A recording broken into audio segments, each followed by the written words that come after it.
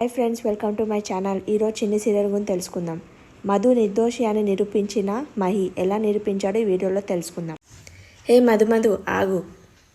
ఏంటి ఇది? నా పర్సనల్ రూమ్. ఈ రూమ్లోకి ఎవరిని నా ఫ్యామిలీ మెంబర్స్ని గిట్ట రానియ్యాను. ఏంటి, ఏం పర్సనల్ ఉంది? అయితే నేను చూస్తాను. మధు నేనే చల్లుతాను గంగాజలం.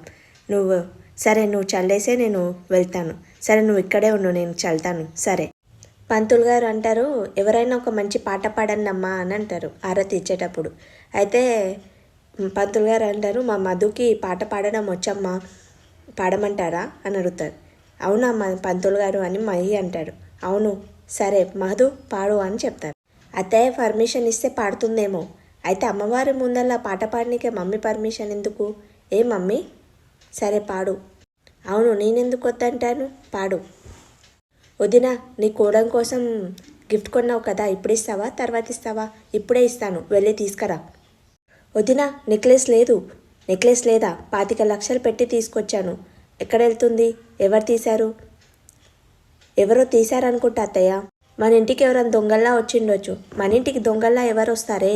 దొంగల్లా వస్తారా ఆంటీ? అవును మధు, నువ్వు అన్నీ ఇంట్లోకి వెళ్ళి గంగాజలం చల్లావు కదా.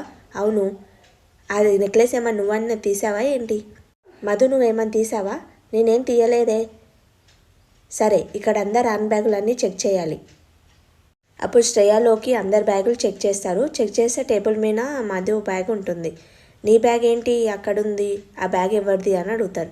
మధు అంటుంది, నా బ్యాగే. అంటే శ్రేయ అంటుంది, వద్దులే, తను నా ఫ్రెండ్ కదా, ఏం అవసరం లేదు చెక్ చేసేది. అంటే లోకి అంటుంది, మా బ్యాగులు చెక్ చేసావు కదా, తన బ్యాగ్ ఎందుకు చెక్ చేయట్లేదు?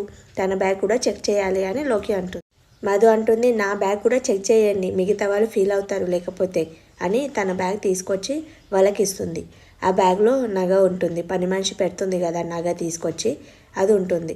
నేను దొంగతనం చేయలేదండి.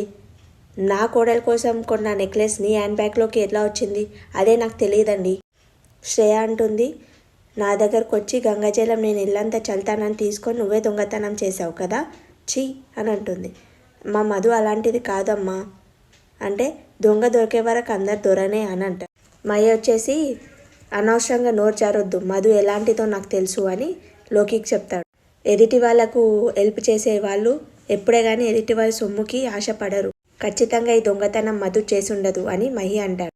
ఎవరో దొంగతనం చేసి తనని ఇరికించిండొచ్చు. అంత అవసరం ఎవరికి ఉంటుంది? అదే నాకు అర్థం అవ్వట్లేదు. మహి వాళ్ళ మమ్మీ అంటుంది, నువ్వు నీ ఫ్రెండ్ మీద చాలా నమ్మకంతో ఇలా మాట్లాడుతున్నావు. ఇలా అడ్డమైన పనులు చేసేవాళ్ళు మనకు మంచి వాళ్ళలా కనిపిస్తారు. మంచి వాళ్ళతో మనతుంటారు, మనల్ని నిండా ముంచేస్తారు. అలా కాదు మమ్మీ, వద్దు, నువ్వు విషయంలో మధ్యలో రాకు. కళ్ళ ముందు కనిపించింది నిజం కాదు కదా అత్తయ్య. ఇక ఈ డిస్కషన్ అనవసరం. ఇక నువ్వు నా ఇంట్లో ఉండొద్దు, పద వెళ్ళవే అని మెడల్ పట్టుకొని గెంటేయడానికి వెళ్తుంది. నా ప్రాణం పోయినా నేను దొంగతనం చేయనండి. మేము పేదవాళ్ళమే అయ్యిండొచ్చు, కానీ ఇలా ఆస్తులు పాస్తులు లేకపోయినా పర్లేదు, కానీ ఇలా దొంగతనం మాత్రం మేము చెయ్యమండి. పంతులు గారు వచ్చి, అవునమ్మా వాళ్ళు దొంగతనం చెయ్యరు, మా గుడిలో ఎన్నో లక్షల విలువైన నగలు ఉంటాయి, మదే వచ్చి మా అమ్మవారిని తయారు చేస్తుంది, ఎప్పుడు అలాంటి పని చేయలేదు. ఇప్పుడు మా ఇంట్లో పెద్ద నెక్లెసే మిస్ అయింది కదా, పద. మా ఇవాళ మమ్మీ వచ్చేసి మెడలు పట్టుకొని మధుని బయటికి పడేస్తుంది, కింద పడేస్తుంది తనని. మహి వాళ్ళ మమ్మీ అంటుంది, పోలీసులకు ఫోన్ చేయి అని అంటుంది. అయితే మహి వచ్చేసి ఆ బాబు ఫోన్ ఉంటుంది, ఆ ఫోన్లో అన్ని ఫొటోస్ వీడియో అన్నీ తీశాడనమాట. మహి వాళ్ళ దగ్గర ఆ ఫోన్ తీసుకొని ఆ వీడియో చూస్తాడనమాట. మహి ఆ వీడియో చూసి వాళ్ళ మమ్మీ దగ్గరకు వచ్చి, మమ్మీ దొంగతనం చేసింది మమ్మీ, సాక్ష్యాధారాలతో చూపిస్తాను చూడండి. ఆ పని మనిషి ఇలా చేసిందని మహి వాళ్ళ మమ్మీ పిలిచి తనను కొట్టి, ఎవరు ఇలా చేయమంటారు అంటే, ఆ పని మనిషి దప్పుకి కత్తుటి పడి, నేను ఈ పని చేశానమ్మా అని చెప్తుంది. చెప్తే తనని డబ్బులు ఇచ్చి అక్కడ పంపించేసేయి అని చెప్తాడనమాట మహి వాళ్ళ మమ్మీ. మహి అంటాడు, ఆ మ్యాటర్ సెటిల్ చేసావు మమ్మీ, కానీ మధుకు జరిగిన అవమానాన్ని ఎలా సెటిల్ చేస్తావు? మహి వచ్చి మధుకి సారీ చెప్తాడు. ఎందుకంటే మనసులో ఉన్న నమ్మకం కన్నా ముందలో ఉన్న సాక్ష్యాన్ని వీళ్ళందరూ నమ్మారు. నా ఫ్యామిలీ తరపు నుంచి నేను సారీ చెప్తున్నా అని మధుకి సారీ చెప్తాడు.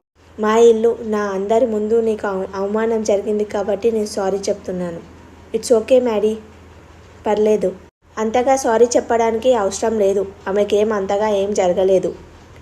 బ్యాగ్లో ఉంటే ఎవరైనా అవమానిస్తారు కదా, అదే నెక్లెస్ నా పాకెట్లో ఉంటే గిట్ట అలానే అవమానిస్తావా మమ్మీ? ఇలా అనుమానించే ముందు వెనుక ముందు ఒకసారి చూసుకోవాలి మమ్మీ. మన నట్టిట్లో ఒక ఆడపిల్ల అలా కన్నీళ్లు పెట్టుకోవడం మనకే మంచిది కాదు. మన ఇంట్లో గిట్ట ఆడపిల్లలు ఉన్నారు కదా, ఆ విషయం కూడా మర్చిపోవద్దు.